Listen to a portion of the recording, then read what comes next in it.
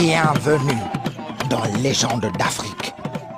La légende d'aujourd'hui va nous amener chez le peuple Kabyé. Les Kabyés sont une ethnie présente dans le nord du Togo, dans la région de la Kara, qui est une région située à environ 400 km de la capitale, Lomé. À l'heure actuelle, leur population est d'environ une centaine de milliers d'habitants. La légende que vous allez suivre est une adaptation à leur mythologie. La légende raconte que le premier Kabyé était tombé du ciel. Mais savez-vous ce qui arriva par la suite? Eh bien, en arrivant des hauteurs célestes, il croisa son âme sœur au bord de la rivière, qu'est la voûte céleste au-dessus de nos têtes. Mais au lieu de descendre avec elle, il la fit patienter. Je vais sur terre nous préparer un foyer.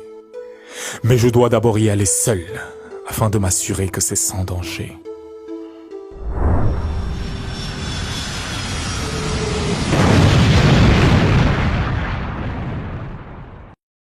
Et comme il l'avait pressenti, la région dans laquelle il atterrit était infestée de monstres que l'on appelait Alewa.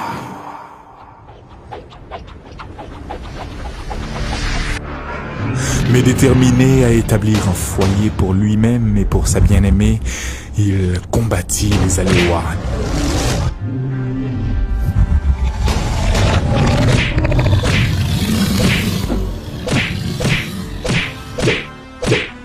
Des jours, que dis-je, des mois durant, et puis, un jour, le chef des Alewa, ayant perdu la majorité des siens, se retira, laissant ainsi au premier Kabyé des montagnes, des plaines fertiles, des animaux et des forêts.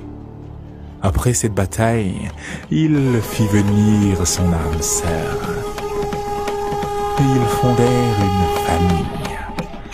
Quand ses fils arrivaient à l'âge adulte, il les initiait à la lutte, dans l'espoir de les préparer au retour éventuel des Alewa. Je sens au fond de moi que ces monstres sont tapis dans l'ombre, attendant le moindre signe de faiblesse de ma part. Je dois préparer ma descendance à lutter pour garder le droit de régner sur ce territoire. Et c'est ce rituel qui donna naissance aux luttes traditionnelles en pays Kabyé que l'on nomme Evala.